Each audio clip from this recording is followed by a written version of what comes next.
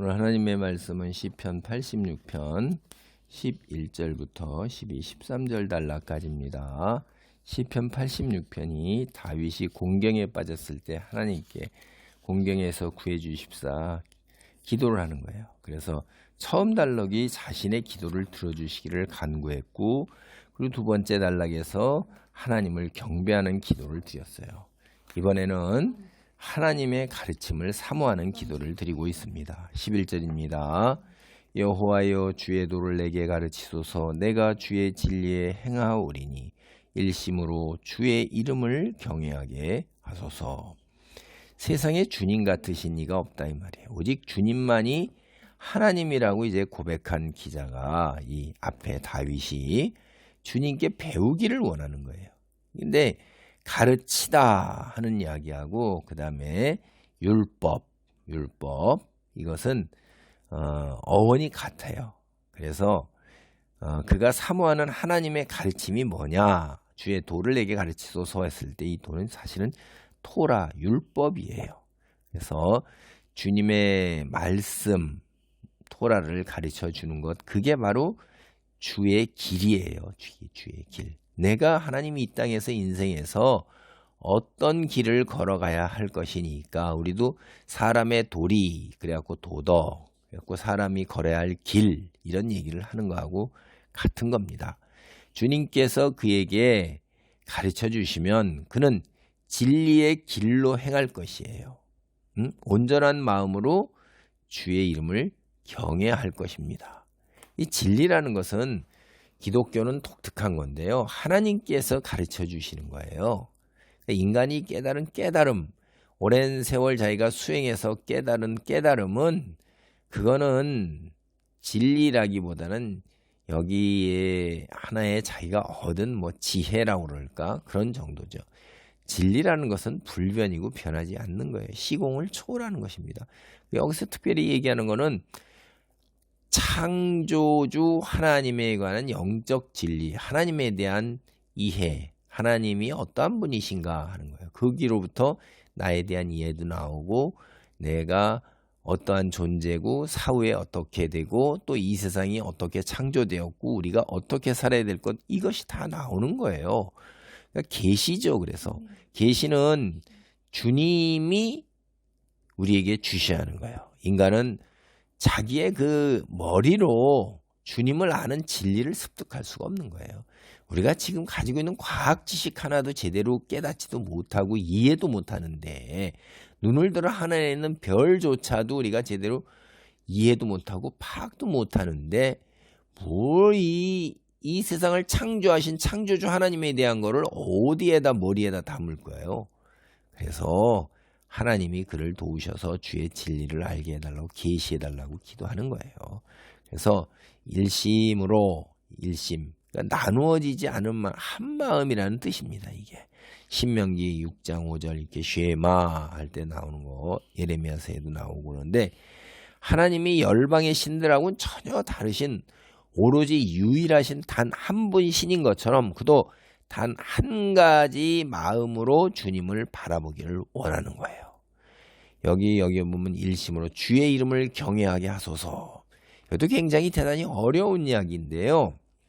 주의 이름을 경외하게 하소서라고 그래갖고선 주님을 경외하는 일을 하나님이 가르침을 통해 은혜를 주실 때에 비로소 우리 것이 되는다 이 말이에요. 그러니까 진리를 사모하고 하나님을 경외하는 신앙이라는 것이 하나님의 선물이라는 거예요. 그럼 이게 무슨 말입니까? 우리는 전혀 책임이 없나요? 모든 게 다 하나님의 책임인가요? 하나님께서 내게 하나님을 경외하는 신앙을 주시지 않아서 내가 하나님을 믿지 않고 모른다, 이렇게 얘기할 수 있나요? 근데 이게 잘 보세요. 여기 지금 다윗이 드리는 기도가 뭐예요? 여호와여, 주의 도를 내게 가르치소서. 주의 이름을 경외하게 하소서. 내가 주의 진리에 행하겠습니다라는 자신의 의지, 순종하는 그 마음, 한 마음을 하나님께 간절히 간구하잖아요. 그럴 때 하나님께서 어떻게 해요? 도와주신다 이 말이에요. 은혜를 내려주셔서. 근데 인간이 복음을 듣고도, 하나님의 말씀을 듣고도 내 주먹을 믿어라. 내 돈을 믿지. 내 능력을 믿지. 내 인간관계, 내 쌓아놓은 사회적 위치야 내가 살면서 깨닫고 알게 된 학식, 내 이성, 지혜를 믿지. 하나님이 어디 계시냐. 죽은 후에 세계가 어딨냐. 영원히 어딨냐. 예수가 신이라고 말도 안 되는 소리 하지 마라. 자기가 다 아는 거예요. 몽땅 다 압니다. 자기가. 우주의 기원서부터 나의 존재에서부터 내가 죽은 이후에 사후에 영적 세계가 없다는 것도 자기가 다 알아요. 어떻게 알아요? 그냥 알아요. 그렇게 주장하잖아요. 하나님이 하시는 말씀이 과연 성경 말씀이 진리인가 아닌가를 따져보지도 않아요. 그냥 싫은 거예요. 이게 인간의 악한 본성이죠. 그렇기 때문에 자기가 선택을 안 했기 때문에 하나님께서 선물로 은혜를 베푸시지 않는다는 말이에요. 그래서 우리에게 책임을 묻는 거예요. 다윗 보세요. 굉장히 어려운 상황에 처했어요. 공경에 처했어요. 근데 하나님의 도우심을 간구하면서 간절히 사모하는 것이 하나님의 가르침이라 이 말이에요. 응? 하나님이 어떤 분인가에 대해서 묵상하고 다시 회상하니까 하나님을 더욱더 알고 싶은 마음이 불같이 일어나는 거예요. 하나님은요, 우리가 알면 알수록 더 깊이 알고 더 깊은 교제를 하고 싶어하는 그런 마음이 생기게 하시는 놀라운 분이신 것입니다. 그래서 다윗은 12, 13절에서 하나님을 찬양해요. 주 나의 하나님이여 내가 전심으로 주를 찬송하고 영원토록 주의 이름에 영광을 돌리오리니 이는 내게 향하신 주의 인자하심이 크사 내 영혼을 깊은 수월에서 건지셨음이니이다. 다윗은 다시 한번 하나님을 온전히 전심으로 찬양할 것을 다짐해요. 이게 쉐마 같은 느낌이 벌써 탁 들어오죠. 이스라엘아 들으라 우리 하나님 여호와는 오직 하나인 여호와이시니 너는 마음을 다하고 성품을 다하고 힘을 다하여 주 너의 하나님을 사랑하라 하는 거예요. 그렇게 하겠다는 겁니다. 영원토록 주의 이름에 영광을 돌리겠다고 주님을 지속적으로 영원히 찬양하며 경배할 것을 다짐하고 있어요. 하나님 자신의 삶과 행동에만 영향을 끼치는 게 아니라 그의 깊은 내면의 마음, 자발적으로 인격적으로 온 전인에 다 영향을 끼쳐달라고 간절히 기도하는 거예요. 왜 그러냐면 하나님을 온몸으로 다 겪은 거예요. 주님의 큰 인자하심으로 자신의 영혼이 깊은 수월에서 건짐을 받은 것을 본인이 체험했기 때문이에요. 주의 인자하심이 크다는 것은 자기가 당면한 위치가 너무너무 커서, 그러니까 스월은 죽음이거든요. 지옥인데 그 중에서도 가장 깊은 수월이란 말이에요.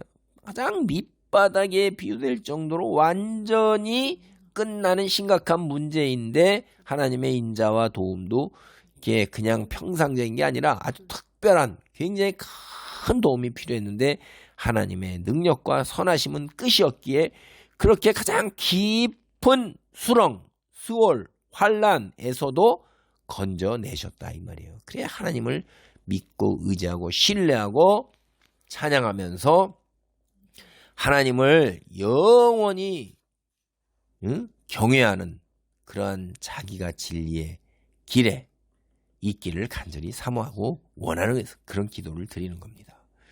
할렐루야. 하나님 감사합니다. 죄가 넘치는 곳에 하나님의 은혜가 더욱더 넘친다 하셨습니다. 주님, 일생 살면서 평안과 형통의 연속인 사람보다도 어려움과 공경에 처한 사람이 그것이 나로 하여금 더 큰 믿음을 지니겠다는 고백이 나오게 하는 그런 구절들을 생각나게 합니다. 아버지, 내가 처한 형편과 환경이 어떠한다 할지라도 주님을 믿고 의지하면서 더욱더 하나님께 나아갈 수 있도록 다윗과 같은 기도를 드릴 수 있도록 주여 우리를 붙드시고 도우소서. 주님 홀로 영광받아 주옵소서. 예수님의 이름으로 기도하옵나이다. 아멘.